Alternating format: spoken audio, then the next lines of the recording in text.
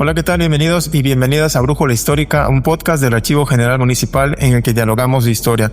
El día de hoy este capítulo pues rompe con lo que anteriormente hemos venido haciendo, que pues nos enfocamos en una especie de entrevista, pero hoy queremos hacer un giro muy importante. Vamos a dialogar aquí con mi compañero Eddie, que pues para quien no lo conoce, pues es colaborador aquí del Archivo General Municipal igual, y también es historiador.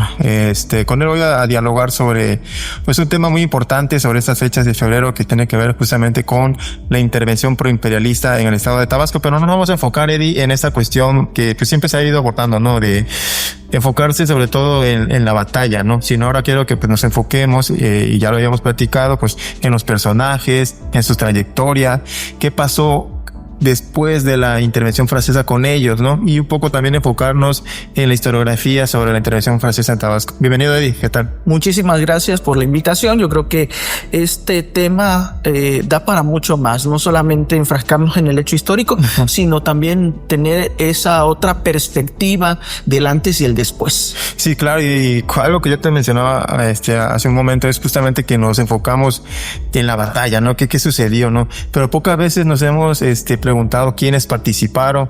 Si bien es cierto, la figura que sobresale más es la de Gregorio Méndez, el propio Eusebio Castillo, ¿no? Pero pues hubo otros personajes que probablemente no se mencionan mucho, ¿no? Porque pues lo que roban la atención más fueron estos dos, ¿no? Porque sus nombres son los que más salen en los documentos y así, ¿no? Pero me gustaría que nos enfocáramos ahorita en ¿qué otros personajes estaban o qué otros personajes participaron durante esta intervención proimperialista en Tabasco? Aquí también sería importante destacar que, independientemente de que Tabasco como estado, ¿no?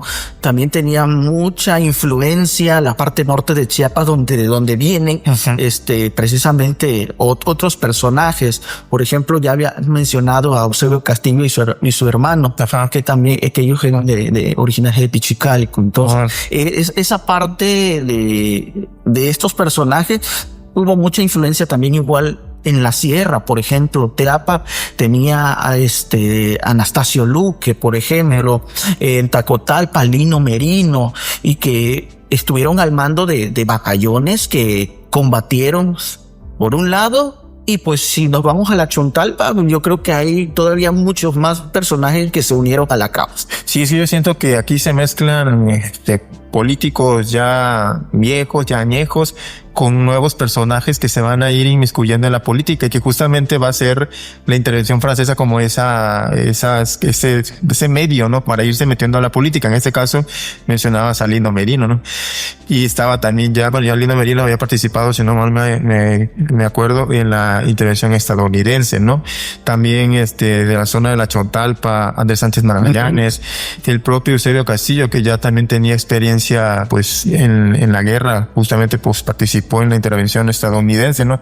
Pero hubo otros que llegaron, que no estaban en el territorio justamente porque también hay que señalar que por cuestiones de educación muchos tenían que emigrar a otros estados, incluso a otro país. En este caso Estados Unidos era como que el lugar perfecto para ir, ¿no?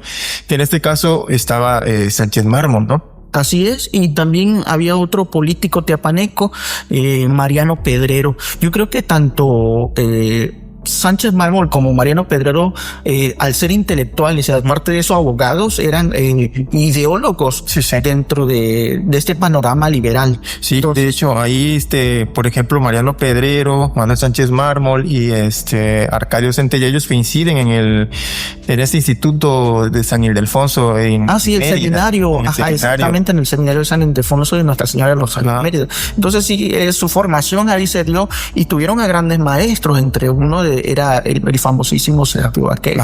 Sí. Entonces, teniendo a esos personajes recalcitrantes, liberales, de hueso colorado, te imaginarás tú que lo que nos trajeron a nosotros acá, y las generaciones que pasaron también posteriormente por las aulas de estos personajes. Sí, de hecho ahí, por ejemplo, Manuel Sánchez Mármol, antes de la intervención, él ya empezaba a escribir así esas novelas. Bueno, pues comenzaba con los escritos sobre novelas cortas, de corte histórico, y justamente también colabora en los periódicos. Y creo que uno de los que criticaba uno de los periódicos ahí que se publicaron en esa época de estudiante de Sánchez Mármol era justo Sierra O'Reilly. Él leía los periódicos que estos, o mejor dicho, los artículos que publicaban en los periódicos ahí de Mérida, y recibían de alguna manera retroalimentación, ¿no?, de lo que publicaban, porque ahí Sánchez Mármol se inmiscuye en esta lucha que hay de la guerra de castas en Yucatán, justamente, ¿no? Entonces ya, de alguna manera, Sánchez Mármol iba afinando la pluma, porque ese va a ser el aporte de él. Él no lo vamos a ver tomando las armas, ¿no? Su fuerte va a ser las letras. Él combate a través de las letras, justo con el propio Arcadio Centella, que era un joven, porque otra de las cuestiones que hay que resaltar que eran jóvenes, ¿no? Porque Arcadio Centella justamente también viene expulsado de Mérida, porque hay que recordar que ya en Mérida, de alguna forma se acepta pues a los proimperialistas.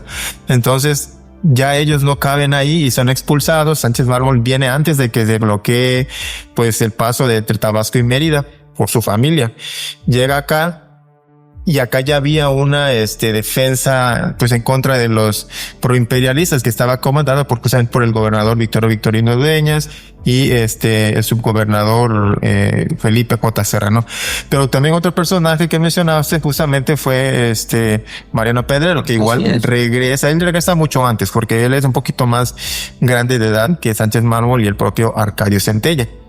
Ellos acá ya de alguna manera, Mariano Pedrero iba inmiscuyéndose, según nos cuentan las fuentes, pues en la política, ¿no? Justamente él creo que se une a Justo F. Santana, que igual ya también es descendiente de políticos importantes de acá, ¿no? De gobernantes, ¿no?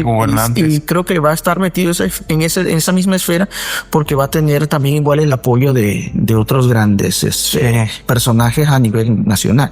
Entonces eso también le va a ayudar bastante, porque va a tener no solamente el conecte o el contacto, como podemos decirlo así, sino que inclusive Victorio Victorino Dueñas lo va a presentar ante Benito Juárez en su momento, para que se le otorgue pues un puesto de importancia o relevancia como ser juez de distrito aquí en el centro. Exactamente. Y es interesante, ¿no?, cómo se inmiscuyen en la guerra, ¿no? Uno de los pretextos o una de las causas para que estas personas se inmiscuyan en la guerra va a ser justamente pues la huida del gobernador y el vicegobernador, ¿no? En este caso, Victorio Victorino Dueñas y Felipe J. Serrano, ¿no? Que al no estar ellos en la defensa, que era una de las obligaciones, menciona el propio Gregorio Méndez, pues toman ellos la batuta, ¿no? Que Gregorio Méndez también ya tenía de alguna manera pues camino, pues no en la política, pero sí era un comerciante. El hermano sí estaba metido en la política, Pedro Méndez, y él de alguna manera lo jala, ¿no? Porque ya luego se unen a la defensa pues del territorio, ¿no? Bien, entonces aquí en cuanto a qué hacían, ¿no? El propio Gregorio Méndez, decíamos, estaba en Achotalpa, ocupado en sus cuestiones personales, que pues todos de alguna manera son llamados para defender el territorio. Y aquí me gustaría también que mencionáramos, Eddie, qué mitos existen, ¿no?, en torno a esta batalla aquí en Tabasco, que también muchas veces como que no se menciona, ¿no? Efectivamente, yo creo que muchas veces, o por una cuestión de confusión, cuando se menciona la batalla del Fuegoctal y todo el mundo dice 27 de febrero, como que lo relacionan, ¿no? Cuando hay que recordar que la batalla del Fuegoctal fue un año antes, en noviembre, el 1 de noviembre. Entonces ahí es muy significativo conocer que la historia oral ha tratado, por ejemplo, de qué manera usaron estratégicamente animales para poder hacer creer a los proimperialistas que iban a atacar a Cunduacán. Y se dice que la estampida, ¿no?, el ruido que provocó esto hizo huir a los, pensando que eran un ejército enorme. Exactamente. Que igual aquí es importante eso que tú mencionas, o sea, se enfocan, o mejor que la historiografía se ha enfocado a esta cuestión de la batalla del Jaboctal, ¿no? Pero hay que entender también que que no nada más en Achontal pues se estaba librando esta batalla, sino también en la sierra, ¿no? Con Lidio Merino. qué es lo que pasa? ¿Por qué se conoce más eso? Justamente por las fuentes, ¿no? Conocemos más lo que sucedió en la Chontalpa por el informe de Gregorio Méndez, donde él estuvo, que lo que pasó en la sierra, ¿no? En donde Lino Merino con los hermanos Bastar. Así es. Y también Eleuterio Pérez Andrade, él lo menciona en su texto, que ellos ganaron una batalla también, lo que les permite de alguna manera avanzar hacia San Juan Bautista. Y los de la Chontalpa también, la batalla que ganan en el Jaguaptal les permite también avanzar hacia San Juan Bautista, los rodean, ¿no? De alguna manera los proimperialistas, pero conocemos más de la batalla del Jaguaptal que lo que sucedió en la sierra, ¿no? Efectivamente. Creo que tiene que ver eso, ¿no? Inclusive, si hemos de recordar hacia dónde huyen estos personajes gobernantes de Tabasco en esa época. Felipe J. Serra, inclusive hay un libro que es Historia y Geografía de Teapa, donde Manuel Rosado escribe que cuando llega Eduardo González Arévalo, hace referencia a que estaba Felipe J. Serra en Tacotalpa acostado en su hamaca. Y ahí dicen, bueno, ¿por qué hacía en Tacotalpa acostado en su hamaca? Sino que estaba él escondido en las haciendas. ¿Sabías que puedes consultar documentos históricos, material audiovisual y todos los episodios de Brújula Histórica por internet? Desde tu buscador entra a www.villahermosa.gov.mx. Luego ve al apartado Archivo Histórico de Centro. Ahí encontrarás todos los episodios y podrás conocer nuestra videoteca, documentos históricos, así como la sección Documentos del Mes. Centro, honestidad y resultados. Bien, y mencionábamos del ganado, ¿no? De lo que mencionan las fuentes orales, todavía incluso de que se mencionan que los liberales tabasqueños usaron el ganado como para simular de que había más ejército, ¿no? Que al escucharlo los proimperialistas en los potreros, pues salieron huyendo, ¿no? Y que de alguna manera eso influyó para que pues de alguna forma se replegaran, ¿no? Pero lo que sí es cierto, porque eso lo menciona la tradición oral, ¿no? Pero las fuentes se nos dicen, ¿no? Exacto. Y aquí es donde tenemos el informe precisamente que propiamente firma Gregorio Méndez para enviarlo a la Secretaría de Guerra y Marina, y eso también va a ser bastante importante porque quiere, al final de cuentas, Gregorio Méndez que Benito Juárez se entere de las acciones que se tomaron aquí, y dentro de las estrategias que precisamente Gregorio Méndez menciona fue que pues obviamente en ese paraje conocido como Jaguaptal en ese momento, y que pues aún hoy todavía tratan de identificar el espacio geográfico, ¿no? Pero fue colocando precisamente a ciertos pequeños grupos para poder vislumbrar por dónde iba a entrar el enemigo, y eso también ayudó a que la comunicación llegara de una manera mucho más rápida. Sí, y hablando de estas estrategias que tú mencionas, algo que también caracterizó este movimiento de Gregorio Méndez fue que utilizó esta cuestión de la guerra psicológica, ¿no? Nombrando grupos con nombres, por ejemplo, de Cuchitán, de Oaxaca, ¿no? Esto lo hacía principalmente como para decirle a los proimperialistas: estoy recibiendo ayuda del centro del país, ¿no? Que me están, no estoy solo, ¿no? Sí. Y sobre todo, pues, si hemos de conocer, nosotros formamos parte de la línea de Oriente, donde estaba el mando Porfirio Díaz. Y pues ya Porfirio Díaz tenía una gran carrera militar. Y yo creo que también ahí, así como estaba también el batallón Zaragoza al mando de Lino Merino, habían otros grupos más que venían tanto de los ríos como de la sierra y de la misma Chontalpa. Entonces, por todos lados pudieron avanzar hacia la ciudad después de pasado todo de esta batalla en Jaguaptal. Sí, cosas también que no se mencionan muchas veces es de que pues estos liberales tabasqueños pues no eran tampoco personajes que estuvieran unidos, ¿no? Había de alguna manera diferencias que pues los separaban muy, muy fuerte. Por ejemplo, en este caso, al término de pues esta defensa de territorio contra los proimperialistas, pues se da una lucha muy importante política por el poder. Justamente por un bando van a estar pues los que defienden a Felipe J. Serra, que íbamos a encontrar a Eusebio Castillo, al propio León Alejo Torre, que también va a estar ahí un poco cambiante ahí también. Pero y en el otro lado van a estar los que de alguna manera eran nuevos en la política, como el propio Gregorio Méndez, Sánchez Mármol, Arcadio Centella, el propio Mariano Pedrero, Justo Santa Anna y Eleuterio Pérez Andrade.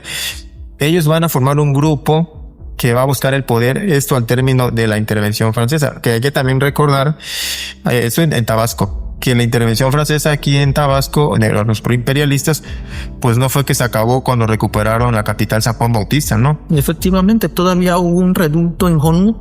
Exactamente. Entonces, a la salida de este grupo en el 65, en 1865, pues ya ahí podemos decir que se encontraba ya libre de la influencia imperialista. Exactamente. Y ya en el 67, cuando ya realmente se dice, pues ya la guerra contra los franceses a nivel nacional terminó, pues inicia una lucha a nivel local, pues por el poder, ¿no? Entonces vamos a encontrar, por un lado, ya mencionábamos a Gregorio Méndez, rodeado de Sánchez Mármol y sobre todo esa cuestión de esta gente letrada, ¿no? De Arcadio Centella, Mariano Pedrero, y van a formar un grupo político al que le van a denominar los radicales.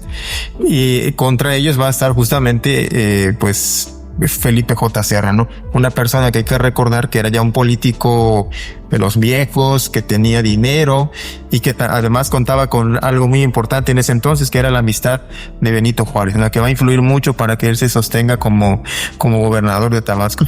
Incluso aquí está genial lo que cuenta, porque el propio Méndez junto con Sánchez Mármol y compañía van a la Ciudad de México y de manera personal le llevan los trofeos de guerra que obtuvieron durante la batalla acá, ¿no? Esto con las miras a obtener pues las mejores, la amistad del propio Benito Juárez, ¿no?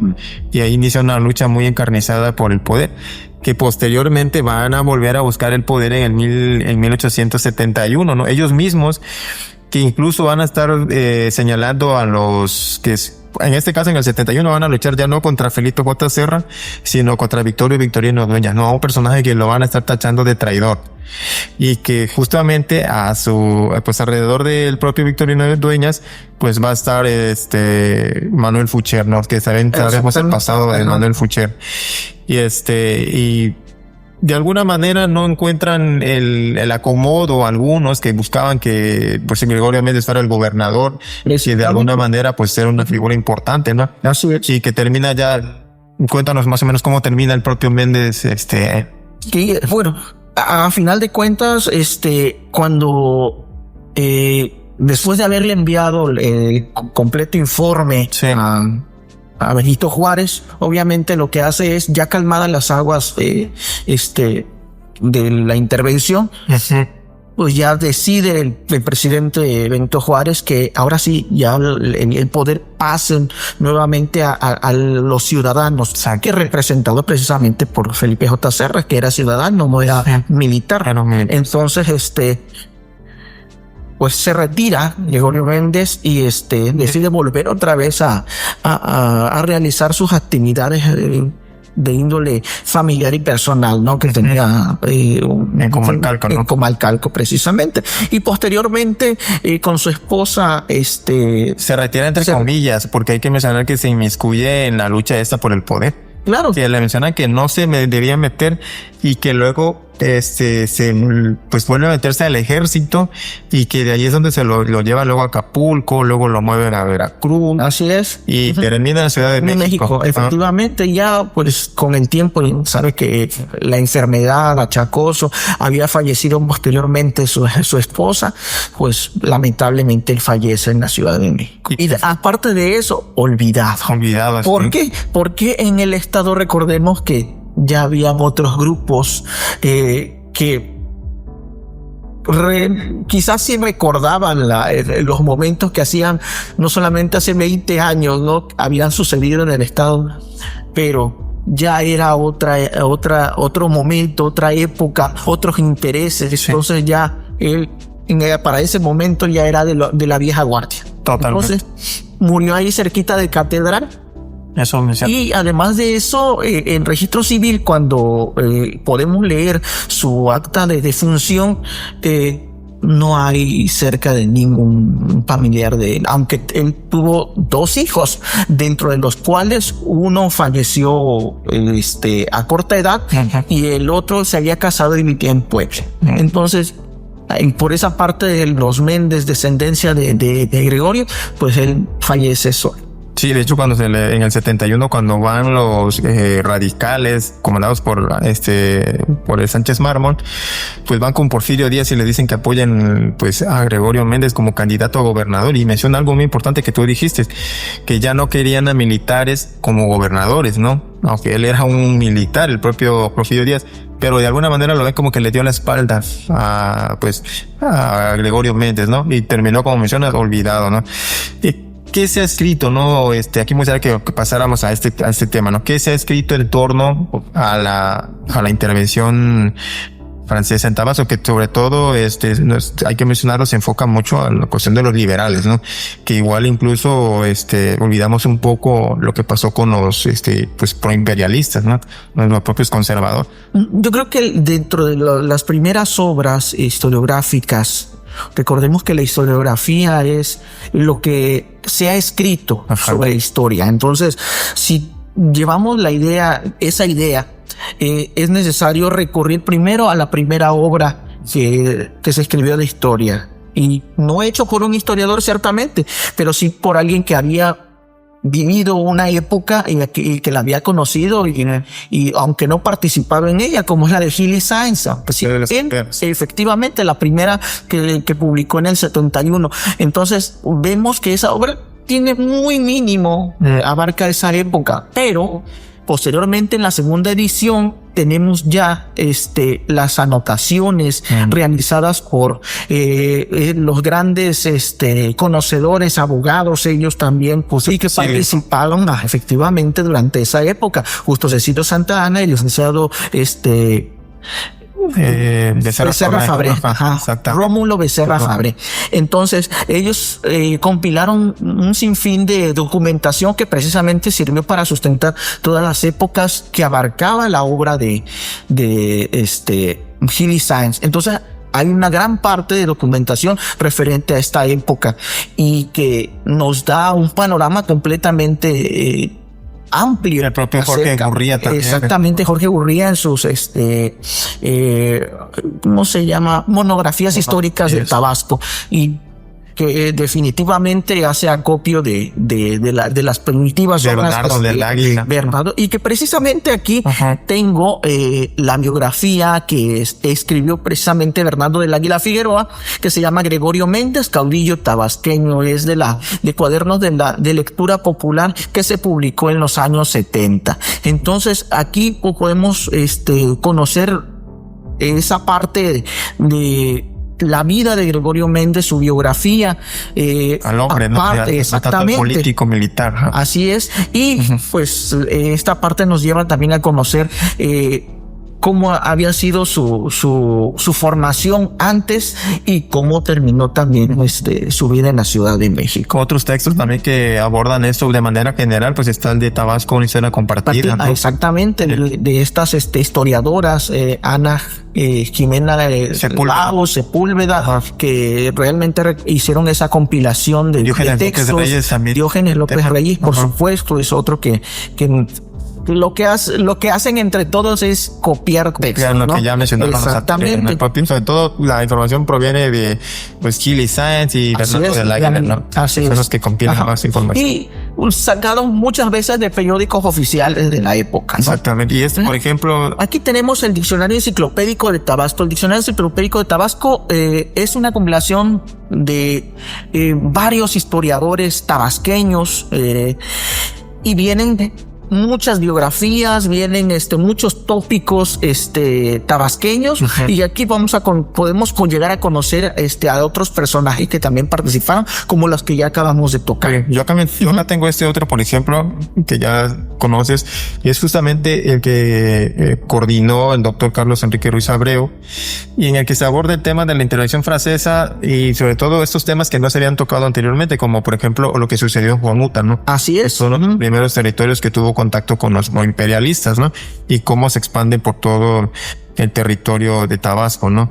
Y otro de los libros tenemos que, igual del doctor Carlos Enrique Ruiz Abreu, El legado de Juárez a Tabasco, leyes e ideas de 1855 a 1872, que abarca perfectamente la temporalidad de la intervención proimperialista en Tabasco. Y el tema de la intervención justamente pues sigue todavía sacando más textos. Por ejemplo, es otra visión, ¿no, Eddie?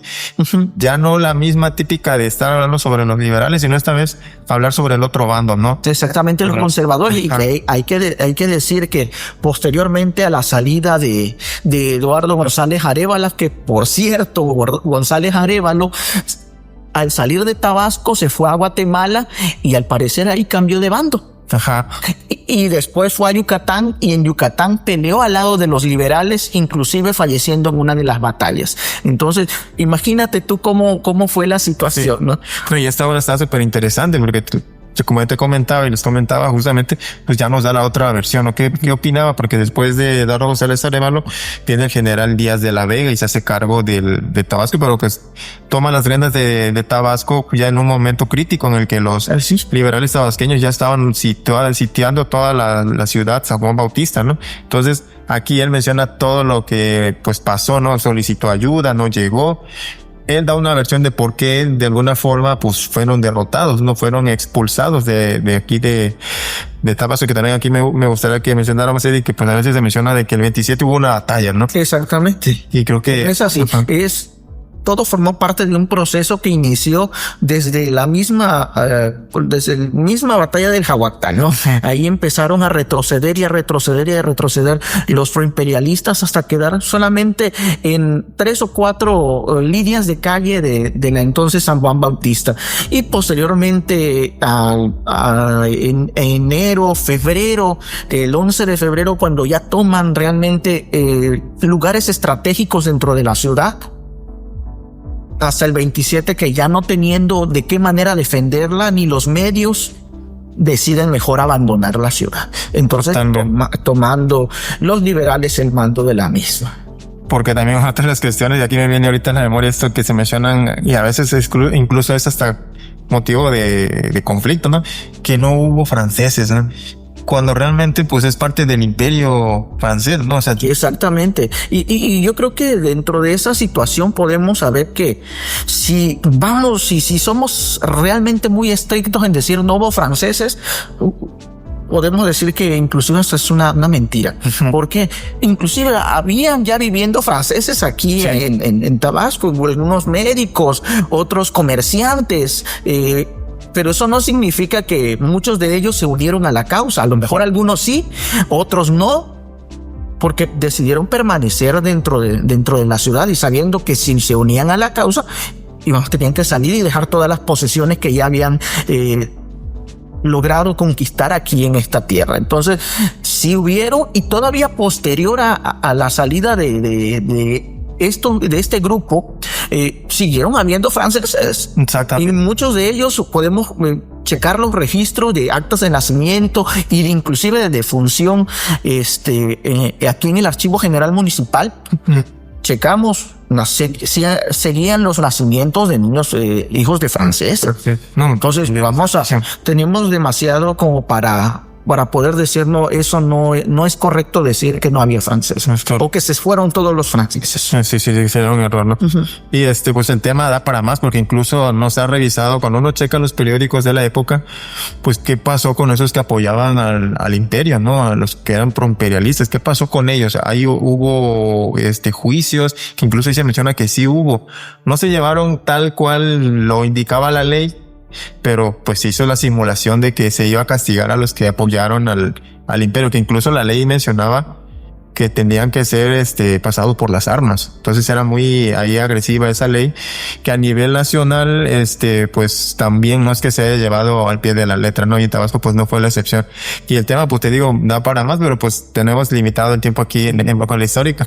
No me queda más que agradecerte. No, muchísimas gracias, y de verdad que ojalá y todos aquellos que ven Brújula Histórica puedan acercarse también para seguir estudiando, conociendo los textos que nos van a ayudar a nosotros a comprender todos estos procesos históricos tan importantes para la memoria y la identidad de nosotros los tabasqueños. Es correcto. Bueno, entonces nos vemos en otro episodio más de Brújula Histórica. Hasta la próxima.